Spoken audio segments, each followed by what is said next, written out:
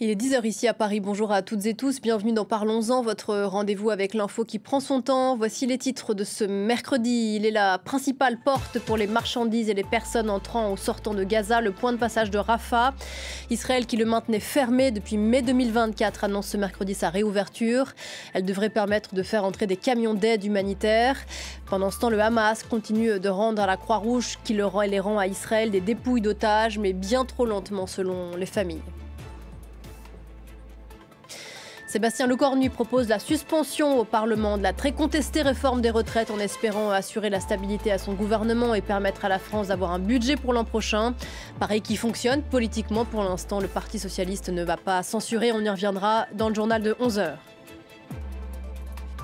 Et puis à Madagascar, les militaires prennent le pouvoir après la destitution du président Rajoelina par l'Assemblée nationale. Scène de liesse à Tananarive où la contestation grondait depuis plusieurs semaines. Et on va prendre précisément le temps ce matin de s'arrêter sur ce pays qui passe régulièrement sous les radars médiatiques. Madagascar et ses 30 millions d'habitants et une histoire marquée depuis l'indépendance en 1960 par les crises politiques. Celle qu'on est en train de vivre est-elle différente des précédentes? Qu'est-ce que la Gen Z à l'origine de la contestation peut attendre des militaires qui ont pris le pouvoir? Leur mouvement est-il en passe d'être confisqué comme ça l'a déjà été par le passé? Madagascar, coup d'État contre la jeunesse. Question posée ce matin à mes invités, Catherine Fournier-Guérin, Laure Verneau, Sarik Sénécal et Gaël Borgia. Bonjour mesdames, un plateau 100% féminin, c'est pas si souvent. On a beaucoup de choses à se dire, c'est Parlons-en. C'est parti.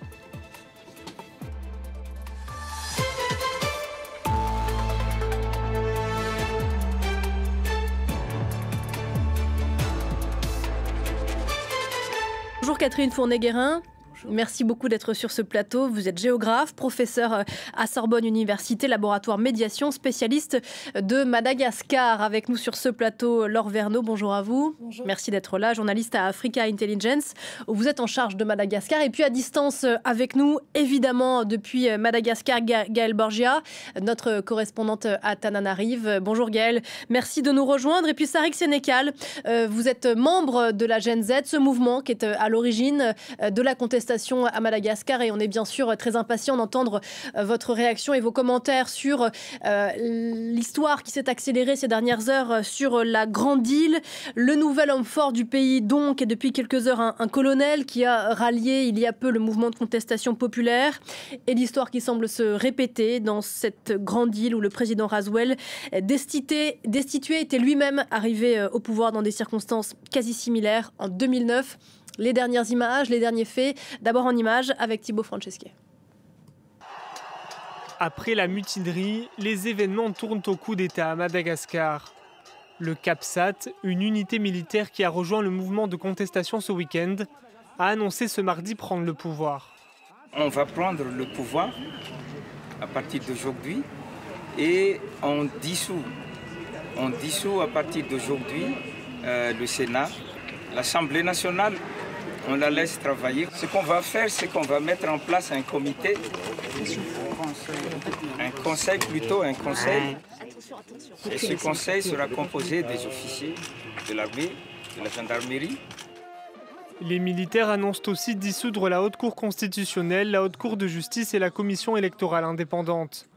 Un peu plus tôt, l'Assemblée avait voté pour destituer le président Andry Rajoelina, en raison, selon elle, de ses incompatibilités manifestes et de ses conflits d'intérêts, de nature à porter atteinte à la dignité de la nation et à l'unité nationale.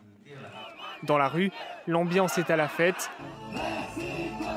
Depuis le 25 septembre, le pays est secoué par des manifestations réprimées contre les coupures d'eau et d'électricité. Le mouvement s'est mué en une contestation plus générale contre le pouvoir. C'est difficile à décrire. Comme si on avait été malade pendant tellement d'années et que là, on nous dit que c'est fini, on est guéri, on a eu un remède et c'est tellement indescriptible. Je suis très heureuse, vraiment très heureuse. Autant que jeune ici qui vit à Madagascar, on est libre maintenant et nous avons eu la victoire en fait. Andry Rajoelina a fui, disant craindre pour sa vie, et affirme se trouver dans un endroit sûr. Selon RFI, il a été exfiltré par un avion militaire français. La France est d'ailleurs elle-même ciblée par les manifestants qui refusent toute ingérence de l'ancienne puissance coloniale.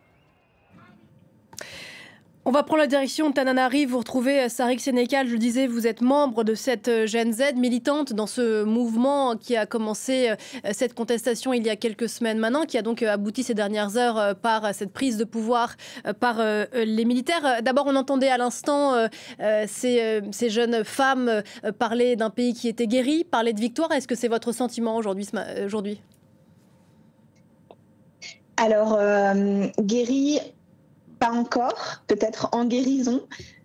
Pour l'instant, nous sommes dans un moment où l'avenir n'est pas encore certain. C'est-à-dire que, certes, nous remercions beaucoup l'action des CAPSAT, surtout leur décision de ne pas avoir violenté le peuple, c'est-à-dire qu'ils sont venus et nous ont soutenus, nous ont menés jusqu'à la place du 13 mai, la place du 13 mai qui est symbolique. Et aujourd'hui, nous avons l'impression que le pouvoir revient au peuple. Néanmoins, guéri, c'est un grand mot parce que maintenant nous attendons de tous les partis qui sont en action aujourd'hui de tenir leurs promesses, c'est-à-dire de réellement mettre les civils au pouvoir et de nous mener aussi, nous porter dans ce développement que l'on voulait, c'est-à-dire le développement d'un pays dans lequel les civils ont leur mot à dire. Alors précisément, ce CAPSAT, donc c'est cette unité militaire, et on va y revenir, qui avait déjà joué un rôle majeur dans le coup d'État de 2009, qui avait mené au pouvoir Ange Rasuel. Est-ce que vous les croyez sincères dans la bonne volonté affichée, effectivement, de n'être qu'une transition pour à terme donner le pouvoir aux civils ? Alors il y a une grande différence entre ce qui s'est passé en 2009, ce qui s'est passé en 1972, toutes les fois précédentes, souvent on entend l'histoire se répète. Pas exactement, c'est-à-dire que nous avons beaucoup appris de nos erreurs du passé.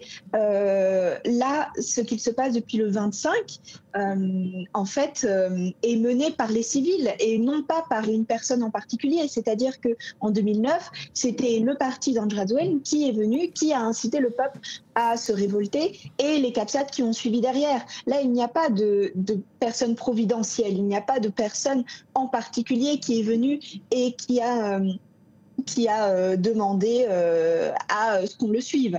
Par contre, là où il faut être prudent, c'est sur le fait que quelqu'un s'impose dès maintenant comme providentiel. Nous pensons... Oui, cette absence de leader, c'est à la fois votre force et votre faiblesse ? Oui, c'est exactement ça, parce que c'est une force, parce que ça rend le mouvement légitime, mais c'est une faiblesse parce que quelqu'un peut venir et s'imposer. C'est vrai que dans des situations de crise comme celle-ci, et ça ne concerne pas que Madagascar, dans l'histoire, on voit que dans des situations de crise, alors là maintenant, normalement la crise devrait toucher à sa fin, mais dans des situations sensibles comme celle de maintenant, il est très facile, c'est le moment propice pour venir et s'imposer comme sauveur. Précisément, dans le manifeste que j'ai sous les yeux, vous demandez, et c'est l'un des points auxquels vous tenez, une démocratie populaire et rejeter toute récupération. C'est bien au cœur de votre mouvement. On va y revenir bien sûr sur ce plateau, mais qui a démarré au départ par des questions d'ordre social. Mais la démocratie populaire, la liberté d'expression, c'est au cœur de ce que vous demandez ?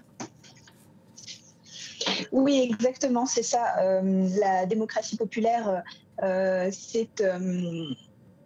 En fait, le pouvoir se partage dans un cercle fermé depuis longtemps à Madagascar. Et ce cercle fermé, il exclut les technocrates, pas exactement, mais en tout cas, il ne laisse pas une vraie place pour la liberté d'expression et la liberté de choix. Et en fait, ce qu'on aimerait, c'est vraiment avoir une voix, être entendu dans tout ça et participer dans les idées à la reconstruction de Madagascar et peut-être même à la vie politique en général, c'est-à-dire quelque chose qui revienne au peuple et qui ne soit pas seulement dans les mains de certains qui se partagent le pouvoir. Sarik Sénécal, vous restez avec nous. Gaëlle Borgia, vous êtes à quelques encablures de là où se trouve Sarik Sénécal à Tananarive. Quel degré de soutien ce mouvement dont on a entendu la voix avec Sarik Sénécal, qui a été lancé par cette jeunesse Gen Z qu'on a vu aussi au Népal, on y reviendra car il y a des points communs entre tous ces mouvements qu'on a vu aussi au Maroc plus récemment. Dans quelle mesure ce mouvement est soutenu par les Malgaches, lui qui est un mouvement parti de Tananarive et parti qui a démarré avec la jeunesse? Moi, je pense que tout le monde soutient le mouvement Gen Z. En tout cas, de ce que j'ai vu ici à Antananarive, ça fait des années qu'on a des retours de la population, qu'ils soient étudiants, qu'ils soient médecins, qu'ils soient enseignants. On a beaucoup de critiques, mais qui sont faites dans l'ombre, en fait, parce que pendant des années, il était très difficile pour les gens en général de critiquer le pouvoir en place. Parce que pour un simple post Facebook, on pouvait se retrouver à la gendarmerie. Certaines personnes ont été emprisonnées seulement parce qu'elles ont osé s'exprimer sur Facebook. Mais moi, ce que j'avais dans l'ombre, les messages que je recevais, c'était beaucoup de critiques. Donc il était clair que le mouvement Gen Z, une fois qu'il a explosé, beaucoup de gens allaient le suivre. Donc, c'était pas étonnant, en fait, que les syndicats, les associations d'étudiants, notamment de l'école polytechnique de Woodbourne ou les étudiants d'Ancats, aient suivi le mouvement assez rapidement. Ça m'a pas étonné du tout. Vous partagez, Gaëlle, mon sentiment en écoutant Sarik Sénécal, de beaucoup d'espoir et une forme aussi de prudence, voire d'inquiétude quant à la façon dont les choses vont tourner dans les semaines à venir? Oui, c'est vrai que c'est très compliqué comme situation parce que les militaires du CAPSAT ont été vus comme des héros. Ils ont quelque part libéré le peuple de cette oppression. Donc, depuis cette mutinerie, ils sont applaudis partout où ils passent. Ils s'expriment à la tribune au 13 mai. Ils ont vraiment le champ libre. Mais effectivement, on voit que la Gen Z n'est pas dupe. Et c'est pour ça que dès le début du mouvement, ils ont dit attention aux récupérations politiques, attention aux leaders, à ces députés, ces maires qui s'incrustent quelque part dans ce mouvement qui à la base était apolitique. Donc je pense que c'est difficile pour les militaires de pas tenir leurs engagements. La Gen Z a prévenu, ils continuent de manifester si leurs demandes ne sont pas satisfaites. Borgia, vous restez avec nous, bien sûr, on va essayer de rétablir une connexion meilleure. Laure Verneau, sur ce qui vient d'être dit, est-ce qu'il faut avoir peur des CAPSAT ou des militaires en général? Est-ce qu'ils vont tenir parole? C'est les questions que l'on se pose ce matin. Comme disait Gaëlle, tous les scénarios sont ouverts pour l'instant. C'est en effet une unité militaire très spécifique au sein de l'armée de terre malgache qui a été impliquée, vous l'avez dit, dans la mutinerie de 2009. Maintenant, voilà, ils ont déclaré qu'ils voulaient faire un gouvernement, je crois, de transition de 24 mois renouvelable un an, il me semble. En fait, c'est un risque qui existe, mais... De ce que j'ai comme information pour le moment, j'ai l'impression que ce n'est pas encore le cas. Est-ce que cette Gen Z, Catherine Fournet-Guérin, comme le disait Gaëlle Borgia à l'instant, est peut-être plus vigilante, moins dupe, disait Gaëlle, par rapport à d'autres générations qui ont vécu d'autres coups d'État à Madagascar et elle a dans sa besace plus de moyens de pression que par le passé?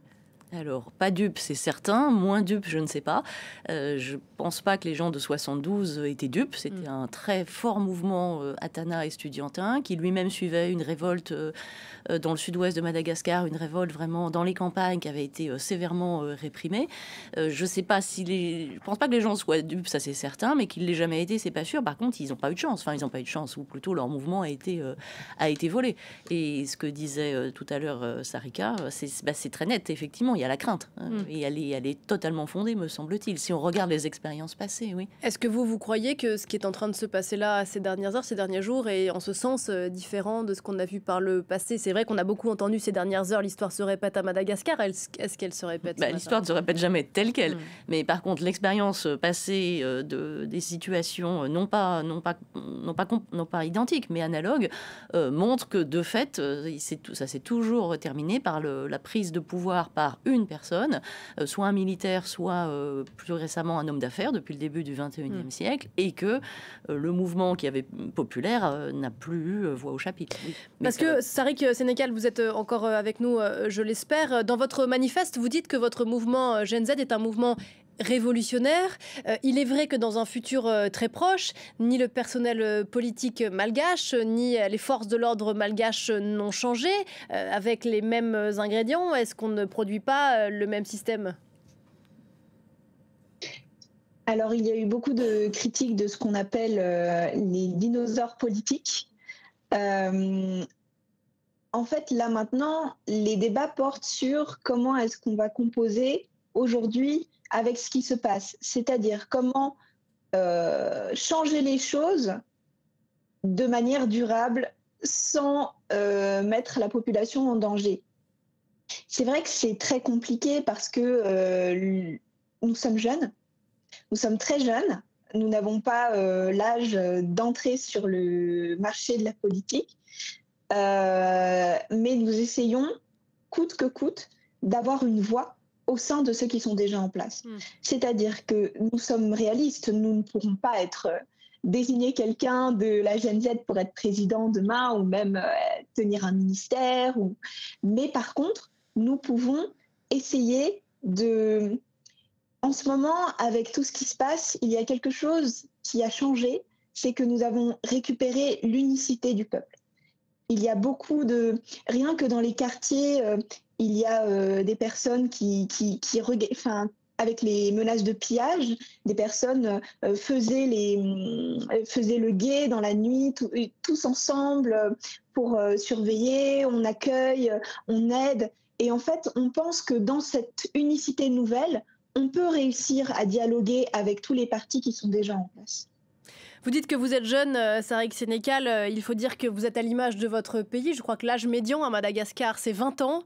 Là-dessus, Gaël Borgia, on évoquait les forces et les faiblesses de ce mouvement, effectivement, qui n'a pas de leader revendiqué, qui n'a pas à ce stade, et c'est bien la différence avec 2009, où le mouvement était emmené par Ange Raswell, qui à l'époque était très populaire, et puis on sait comment l'histoire a tourné. Les forces et les faiblesses de ce mouvement, c'est de ne pas avoir de leader. Comment précisément on peut transformer ce mouvement populaire en une proposition politique qui pourrait s'insérer dans les institutions malgaches telles qu'elles existent aujourd'hui? Là, c'est tout le défi de ce nouveau Conseil de défense nationale de transition. Ils ont dit qu'ils voulaient dissoudre quasiment toutes les institutions. La Commission électorale nationale indépendante, je rappelle qu'elle était accusée d'être partiale, d'être inféodée à André Raswell. Ils ont décidé de dissoudre le Sénat, dont on sait que le président était un très proche d'André Raswell. Ils ont annoncé la dissolution de la Haute Cour de justice. Donc on voit bien qu'il y a quand même une volonté, enfin en tout cas une annonce de changement radical. Mais ce qui est un peu inquiétant, c'est que quand même hier au CAPSAT, donc j'y étais dans la base militaire du CAPSAT, il y avait beaucoup de politiques. Il y avait le vice-président de l'Assemblée nationale qui est un opposant d'André Raswell depuis plusieurs années. Il était candidat à la présidentielle en 2023. Il y avait aussi Roland Ratsir, qui est un opposant et ancien candidat à la présidentielle. Il y avait des anciens ministres. Enfin, vraiment, il y a quand même... Et moi, j'ai quand même eu le sentiment que des vieux crocodiles de la politique venaient manger un peu une part du gâteau. Donc je ne sais pas comment ça va se passer, mais effectivement, là, en tout cas, hier, il n'y avait pas de représentants de la Gen Z dans la base militaire du CAPSAT. Vous voyez, donc c'est quelque chose qui est devenu politique. Et c'est ça qui peut paraître un peu inquiétant. Alors, quels sont aujourd'hui précisément là-dessus, Laure Verneau, y a-t-il eu un lien, y a-t-il des contacts, y a-t-il des discussions entre cette Gen Z dont on a dit, ce mouvement dont on a dit qu'il n'avait pas de leader, pas de porte-parole a priori, et ces militaires? Il faudra bien qu'ils se parlent. Si effectivement la volonté des militaires est celle-ci, il faudra bien qu'ils se parlent. Peut-être que Gaëlle répondrait mieux à votre question puisqu'elle est sur le terrain, mais moi, de ce que j'ai comme information, c'est que a priori, c'est deux canaux distincts, c'est deux mouvements très distincts, comme l'expliquait Gaëlle. La Gen Z, c'était déjà une contestation populaire qui était comme un espèce de mouvement de fond finalement, sur lesquels s'est greffé en fait une contestation militaire. Donc de là où je suis, je vois ça pour l'instant comme deux canaux assez différents, même si se rejoignent en fait dans les revendications. Sariq Sénécal, vous êtes parlé avec le CAPSAT? Quelqu'un de votre mouvement a parlé? Il y a eu des discussions, des contacts? Oui, bien sûr, évidemment, il y a eu des contacts. Il va encore y avoir des contacts. On est parti sur plusieurs jours de négociations. Néanmoins, comme j'aimerais revenir sur ce que Gaëlle Borgia a dit, par rapport à la récupération politique, qui est quelque chose que l'on critique fermement depuis le tout début de notre mouvement. On parlait d'être dupe, personne n'est dupe, mais les Gen Z sont très, très, très préparés contre la récupération politique et en sont très critiques. Le problème étant qu'en effet, hier, il y a eu une présence, mais une présence un peu, comment dire ça, un peu... Voilà, on a un collectif avec les jeunes du pays et il y a eu des présences de jeunes, mais la présence n'a pas été vraiment très encadrée, on n'était pas vraiment dans une discussion comme on l'envisage. Et donc, ces discussions-là vont continuer dans les jours à venir. On est plus ou moins optimiste par rapport au fait de pouvoir parler avec la CAPSAT. Maintenant, en effet, on reste toujours vigilant par rapport à la récupération politique. J'aimerais bien, Catherine Fournet-Guérin, parce que c'est aussi le principe de cette émission, qu'on remonte le fil et qu'on explique comment on en est arrivé là.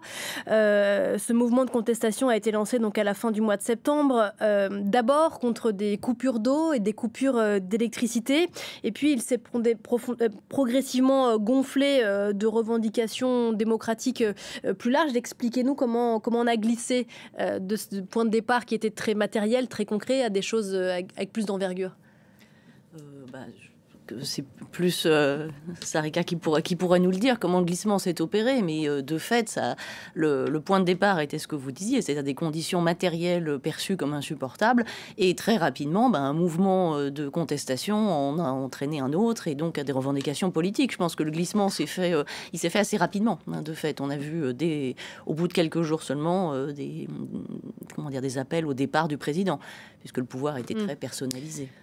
Mais vous, la géographe qui connaissez bien Madagascar, c'est un pays qui est l'un des plus pauvres du monde, marqué par des inégalités assez extraordinaires au sens premier du terme, n'est-ce pas ? Alors, situation de pauvreté, oui, extrêmement importante, à la fois donc dans la capitale, où là, il y a des très fortes inégalités sociales, entre les villes et les campagnes. Il faut voir que l'état des campagnes est vraiment très, très, très, très mauvais, avec pas d'accès à l'éducation, souvent pas d'accès routier. Les gens doivent marcher des dizaines de kilomètres pour accéder à la route, pas d'accès à la santé ou très médiocre. Alors, ces différentes villes où la misère va être extrêmement visible en raison des inégalités de fait. Mais oui, la population malgache est dans une situation collective mauvaise, très mauvaise, mais depuis très très longtemps. En fait, ça, c'est ce que disent toutes les personnes qui s'expriment le disent. Oui, une population malgache, Gaëlle, qui ne récolte absolument aucun, ou en tout cas dans son immense majorité, les fruits d'une forme de développement et de croissance qui est accaparée, comme le rappelait tout à l'heure Sariq Sénécal, par une petite minorité. Oui, c'est ça. En fait, moi, ce que j'ai vu dans le mouvement Gen Z, c'est en fait l'étincelle. C'est l'étincelle que tout le monde attendait pour exprimer son ras-le-bol. Donc, une fois que ce mouvement a été lancé, que les jeunes sont descendus dans la rue, tout le monde, en fait, s'est lâché. Et moi, pendant les interviews, j'étais assez choquée de voir à quel point les manifestants avaient en fait intériorisé un désespoir, une haine vraiment du gouvernement et du président. Et je me suis demandé, mais pourquoi toutes ces années, ils n'osaient pas parler, ils n'avaient rien dit. Et il me disait, on n'osait pas, alors si le voisin se tait, ben moi aussi je me tais, on n'ose pas. Et c'est à partir du moment où ces jeunes, en fait, se sont formés. Hein. Il faut savoir que le mouvement Gen Z a été fondé par des jeunes qui ne s'étaient jamais vus. Pour avoir parlé avec un des fondateurs hier, il ne connaissait pas, il n'avait jamais vu en personne celui qui a créé la page Gen Z Madagascar Facebook. Et donc, c'est à partir de cette petite étincelle, c'est quelqu'un qui a osé créer cette page et qui a permis à tout le monde, en fait, d'exprimer vraiment ce qu'il ressentait. Tariq Sénécal, pour rebondir sur ce que Gaël vient de dire, Gaël Borgia, il y avait une forme de peur jusqu'ici ou une forme d'autocensure d'exprimer ce désespoir, et je comprends de ce désespoir un millefeuille de revendications ou de sources de colère. Alors, je suis dans le mouvement Gen Z depuis le tout début, c'est-à-dire dès la création. Et je peux vous dire un peu pourquoi est-ce que nous avons osé parler et avant ça, nous n'osions pas parler. En fait, il y a une sorte de résignation, surtout des générations précédentes. C'est-à-dire que les générations précédentes, et dont mes parents, nous décourageaient à parler parce que ils étaient résignés, ils avaient vu l'histoire se répéter, ils avaient vu qu'ils avaient beau dire ce qu'ils voulaient, ça n'allait rien changer. Et surtout, ils avaient peur du gouvernement qui était en place, qui nous empêchait, qui nous enlevait toute liberté d'expression avec le délit de presse. Puis nous savions que parler à haute voix de ceux qui ont la minorité qui ont le pouvoir, la minorité qui a le pouvoir, pardon, eh bien, c'était s'engager dans quelque chose qui allait nous échapper des mains. Ce qui a été différent avec nous, c'est que nous étions jeunes, donc téméraires. Et en plus de ça, nous sommes influencés par les réseaux sociaux qui nous donnent une sorte d'impression de liberté et de puissance. Et donc, nous sommes... Pardon ? Est-ce que ce qui s'est passé au Népal, ma question est rhétorique puisque vos mouvements portent le même nom, est-ce que le courage des Népalais, le fait qu'ils dépassent aussi une forme de peur, vous a encouragé et inspiré ? Évidemment, évidemment. Et puis même pendant le mouvement, on a aussi été porté par la génération Z du Maroc aussi. Le fait de... C'est comme... C'est presque comme le printemps des peuples, mais version Gen Z. C'est-à-dire qu'on est porté par le fait de ne pas être seul dans tout ça. Le fait de voir aussi, ça permet de se comparer, se dire qu'est-ce qu'on fait bien, qu'est-ce qu'on fait mal. Le mouvement, à proprement parler, a été créé et est né le 13 septembre exactement. Vous vous êtes retrouvés à discuter avec des Népalais ou avec des Marocains ces derniers jours ? Oui, on a discuté. Alors déjà sur les réseaux sociaux, on se soutient, on commente nos publications, on sait qu'on se soutient. Il y a eu aussi des contacts pour se demander comment est-ce que ça s'est passé chez vous, voilà, je sais que dans la formation de notre Discord, parce que c'est une application Discord où on peut tous communiquer, nous nous sommes inspirés du Discord marocain pour essayer de se reformer. On a été en contact avec des Népalais. Enfin voilà, c'était... ouais. Et puis il y a bien sûr aussi ce drapeau de ralliement autour du pirate de One Piece, qui est un manga japonais, et c'est vrai qu'on l'a vu fleurir ce drapeau de pirate Laure Verneau et au Népal et à Madagascar et au Maroc. Est-ce que vous avez l'impression là effectivement, pour reprendre les propos de Sariq Sénécal, qu'on vit une espèce de printemps arabe mais générationnel autour d'une jeunesse qui précisément n'a plus peur? Oui, ça donne cette impression, comme le disait très bien Sariq, c'est une génération qui se regroupe autour de codes communs que les générations précédentes n'avaient pas, c'est-à-dire, premièrement, je pense, Internet, qui leur permet d'avoir accès à plein de pratiques différentes dans beaucoup de pays différents, et du coup peut-être que ça leur a permis aussi de se construire une conscience politique et de bâtir un énervement beaucoup plus profond, et ils se retrouvent autour aussi de codes de culture populaire. Vous parliez en effet du manga One Piece, oui, en effet. Là-dessus, Catherine Fournet-Guérin, sur cette jeunesse à la fois politisée et puis allégée peut-être du poids de la peur des générations précédentes? Alors ça, je ne sais pas. Par contre, si on se replace dans le temps plus long, on voit que... alors c'est certain qu'il y a aujourd'hui des modes de communication très internationalisés. Dans le même temps, on voit aussi qu'il y a une inscription très malgache nationale, avec par exemple le chapeau, qui était un chapeau d'une région rurale de Madagascar, qui n'est pas le même. Et puis, si donc le temps long nous montre que avant Internet, il y avait également des révolutions, par exemple celle de 72 pour Madagascar, qui elle-même s'inscrivait dans un grand mouvement en 1968 international aussi de contestation de la guerre au Vietnam, qui avait suscité énormément d'espoir.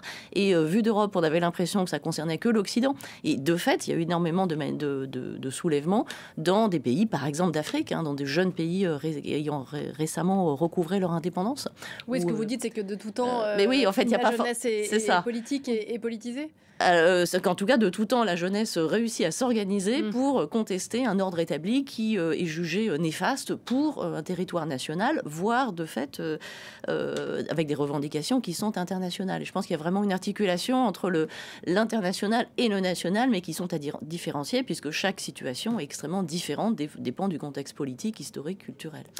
Un mot, Gaëlle Borgia, de la situation d'Ange Rasouel. Selon nos confrères de RFI, il a donc quitté Madagascar dans un avion militaire français. Information non confirmée ni par lui-même qui a pris la parole il y a 48 heures, ni par la présidence française. Le président français qui d'ailleurs lundi évoquait un ordre institutionnel qui devait être maintenu.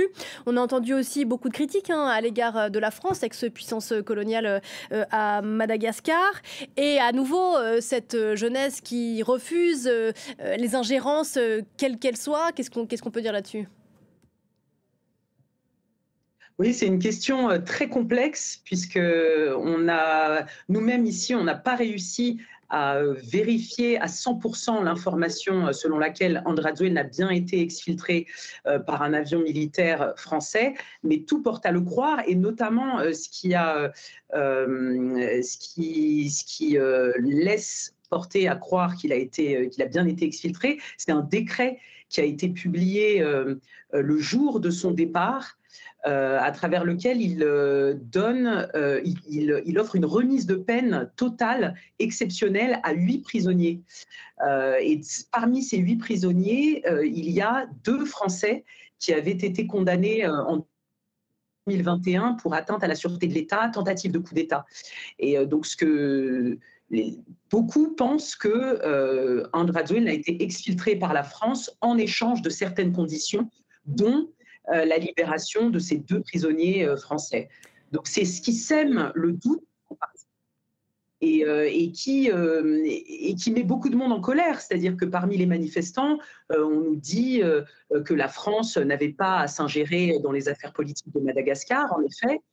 On nous dit que André Rasouel n'avait pas à gracier des prisonniers pour son intérêt personnel, pour sa sécurité. Et ce qui est aussi critiqué, c'est le fait qu'André Rasouel utilise sa double nationalité pour pouvoir échapper à la justice. Donc ça, ce que je vous dis, c'est vraiment un propos que j'ai entendu parmi les manifestants. Ils disent, en gros, quand ça l'arrange, il est malgache, et quand le vent tourne, il fait valoir sa nationalité française pour pouvoir partir et être protégé par la France. Oui, donc ça a la nationalité ça énerve française. beaucoup. Effectivement, depuis 2014, et effectivement, pour préciser ce que vous disiez à l'instant, on n'a pas confirmation à l'heure où l'on se parle de l'endroit où se trouve Ange Razolet, sauf si vous avez des infos, Laure Verneau, là-dessus. Non, pas plus que ça. Je pense qu'on navigue un peu tous à vue sur cette affaire, mais ce qui est intéressant de constater, c'est comment en fait le diplomatique peut avoir des conséquences directes sur le quotidien des gens, en particulier des Français expatriés à Madagascar, parce qu'en fait, cette espèce de flou entretenu par les autorités françaises, il alimente un ressentiment anti-français qui est historique, mais comme dans plein d'anciennes colonies françaises. Et certaines personnes ont un peu peur, peut-être des répercussions, et peut-être qu'à terme, concrètement, ça pourrait avoir des conséquences sur la vie des Français, les entreprises, etc. Alors, ce n'est qu'une facette de la situation, mais c'est quand même un élément à prendre en compte, je pense. Sachant, Sarik Sénécal, que parmi les raisons de la colère, les raisons de la colère, il y a aussi la question de ce téléphérique de Tananarive construit pour 150 millions d'euros et financé pour partie par le Trésor français. Ça a participé de ces critiques de complaisance, ou en tout cas de liens qui ne se défont pas entre Madagascar et l'ancien colonisateur. Oui, le téléphérique, alors, ce n'est pas vraiment la raison principale, mais c'est plus une matérialisation de ce qui ne va pas à Madagascar, selon les Malgaches.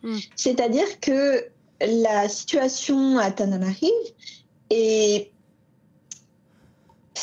Comment dire ça? Les rues sont toutes détruites, et non pas par les manifestations, hein, tout simplement, elles ne sont pas entretenues.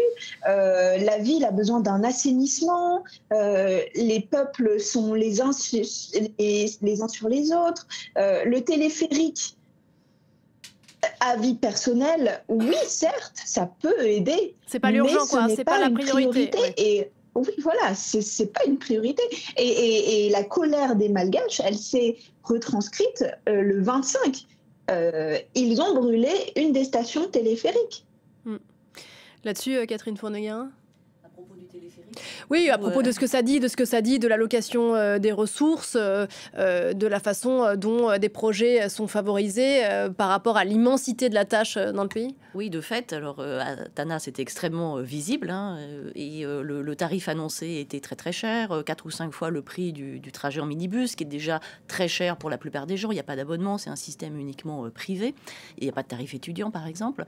Il y a d'autres projets qui étaient des projets présidentiels également, celui d'une nouvelle capitale, qui là aussi n'a pas suscité une énorme contestation, je pense, au niveau national, mais qui localement a eu de l'importance. Et d'ailleurs, il y a eu des manifestations qui sont venues de cette localité rurale de l'Ouest. Les gens ont marché 30 km à pied, emmenés par le maire fin septembre, là, très rapidement après le 25 septembre, pour montrer leur hostilité à ce projet qui était piloté dans la plus grande opacité. Il y a également de l'opacité sur le projet d'autoroute. Alors l'autoroute, c'est plus complexe parce qu'il y a vraiment une nécessité.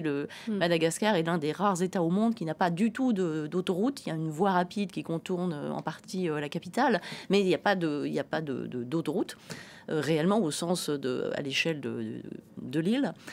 Donc oui, il y a un certain nombre de projets comme ça qui étaient perçus comme pas du tout prioritaires. Et le télécabine, en fait, il a été bien montré qu'il aurait une utilité, mais pour des hommes d'affaires, éventuellement des étudiants, selon un autre trajet qui était prévu ultérieurement, mais pas, il dessert en fait des zones d'affaires et les zones des ministères, par exemple, mais c'est très probable que la majorité de la population ne pourrait pas... On en revient à la question de l'entre-soi et de la minorité qui profite d'un pays, Gaël Borgia, qui a, on le rappelait, qui est l'un des pays les plus pauvres du monde, avec une population très jeune, et pourtant c'est un pays qui a des ressources. Oui, c'est souvent la critique qu'on entend.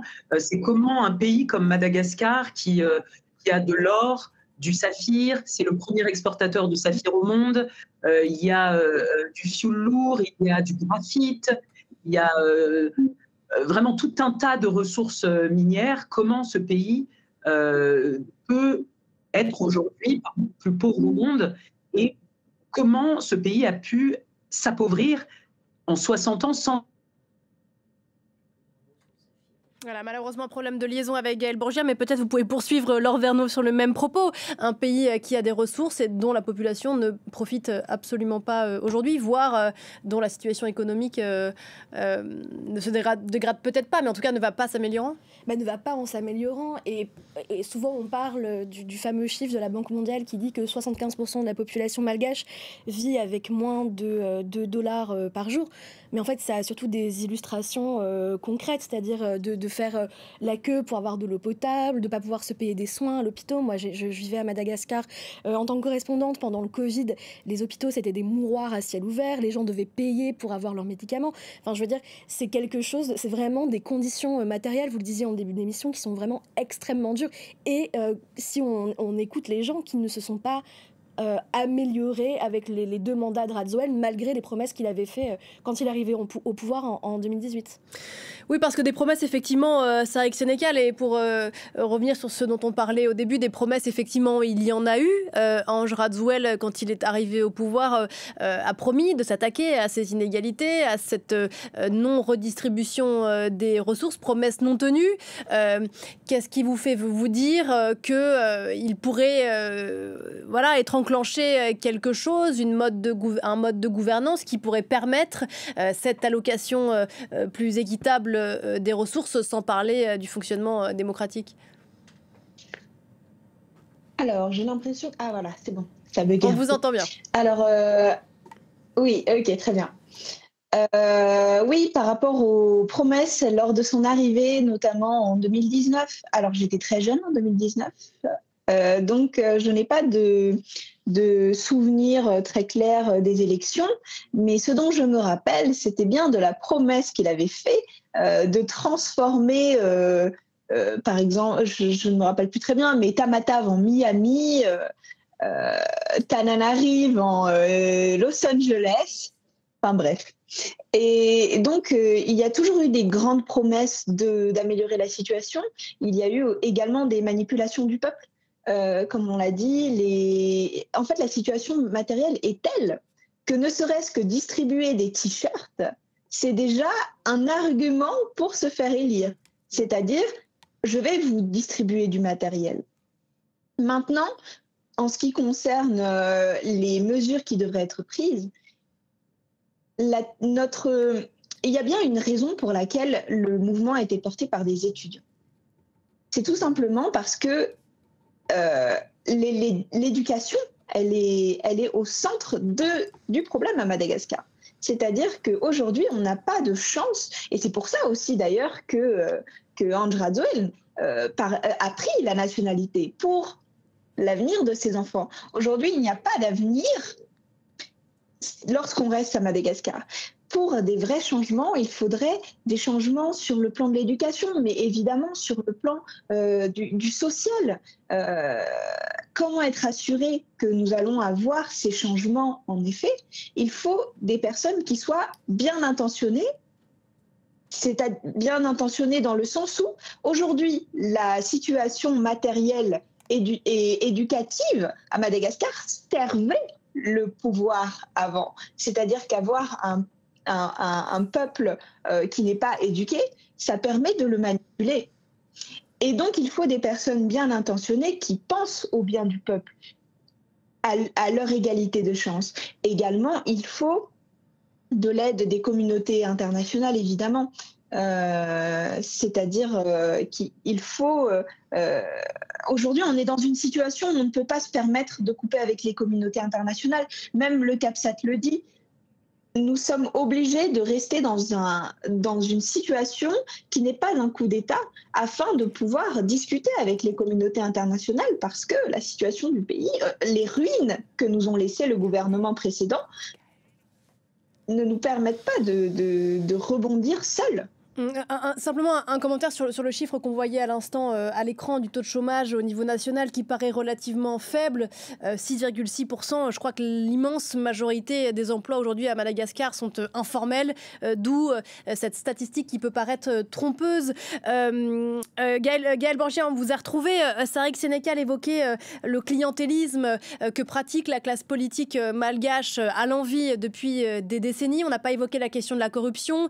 Là encore, sans changement. Alors on évoquait l'importance, ou en tout cas la priorité pour le mouvement Gen Z de changer cette classe politique, mais il y a aussi ce terreau de la corruption endémique qui alimenté par la situation économique malgache, là aussi comme un cercle vicieux auquel il va falloir s'attaquer.